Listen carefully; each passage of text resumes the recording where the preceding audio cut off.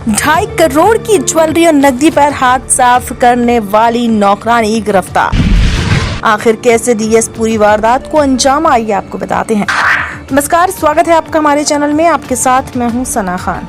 दिल्ली के शालीमार बाग क्षेत्र में पहले 1 करोड़ और फिर 1.5 करोड़ रुपए की चोरी कर पुलिस को छकाने वाली घरेलू सहायिका आखिरकार पकड़ में आ गई। घरेलू सहायिका रोहिणी सेक्टर 11 में अपनी 3 बहनों व मां के साथ रह रही थी और मूल रूप से चेन्नई की रहने वाली है।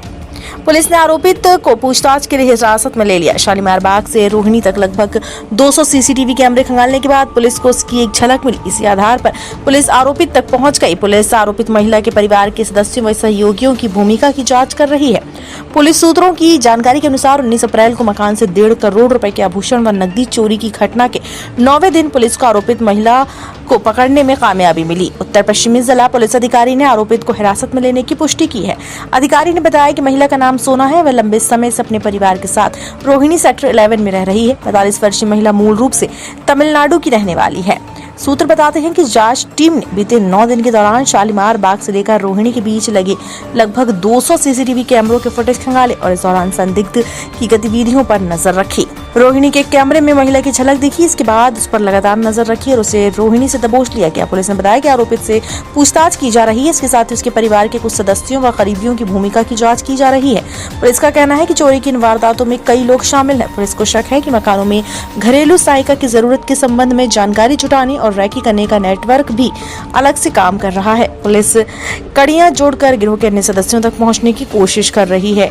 शालीमार बाग के बीएम ब्लॉक में 6 माह पहले व्यवसायी के घर पर करोड़ों के आभूषण और बीते 19 अप्रैल को बीक्यू ब्लॉक में कारोबारी के घर से 1.5 करोड़ रुपए मूल्य के आभूषण और नकदी लेकर फरार होने वाली घरेलू सहायिका लगातार पुलिस को छका रही थी। वेरिफिकेशन की प्रक्रिया से बचने के लिए उसने दोनों मकान मालिकों को भी बड़े शातिर तरीके से कच्चा दिया।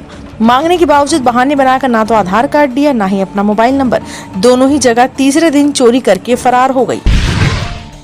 2026 को एक चोरी का मामला सामने आया था, जिसमें एक घर से तकरीबन 2 करोड़ और 2.5 करोड़ के करीब की जो ज्वेलरी है, गोल्ड की ज्वेलरी, वो चोरी हुई थी।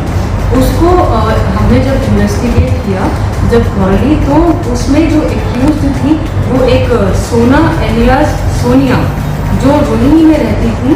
3 दिन पहले ही इनके घर में मेड का काम पे लगी थी और तीसरे दिन वारदात करके वो गायब हो गई थी। ये 45 साल की महिला है और ऐसे पहले भी इस तरह के चोरी के वारदातों को अंजाम दे चुकी है। इनकी प्रीवियस इन्वॉल्वमेंट जो मौर्य एनक्लेव में जो 2025 में एक मेजर चोरी हुई थी, जिसमें तकरीबन 1.5 करोड़ का सोना चोरी हुआ था।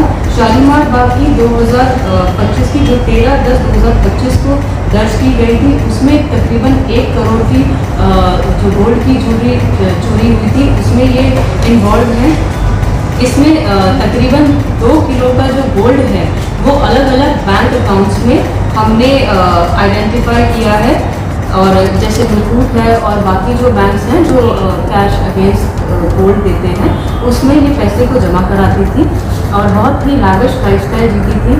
जब टीम ने रेड करी है तो इनके पास तकरीबन 15 कुत्ते थे, जिसमें से काफ़ी फेरोशियस भी थे, जो टीम को अटैक भी कर रहे थे। बट डिस्पाइट दैट टीम ने बहुत ही अच्छा काम किया है। शालीमार बाग थाने की टीम ने बहुत मेहनत करी है और बहुत सूझबूझ से और इसको इन्वेस्टिगेट करके जो जितना भी सोना हमारा पहले चोरी हुआ है उसको बरामद किया। किस तरह से ये प्लानिंग करती थी और कहाँ से आगे आते थे इस तरह की चोरी करने?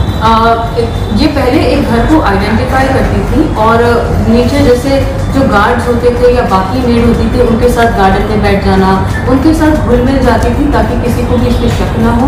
और उसके बाद जब कोई कहता था कि हमारी मेड चली गई है, आप टेम्परेरी काम करने आ जाइए, तो ये वहाँ आती थी।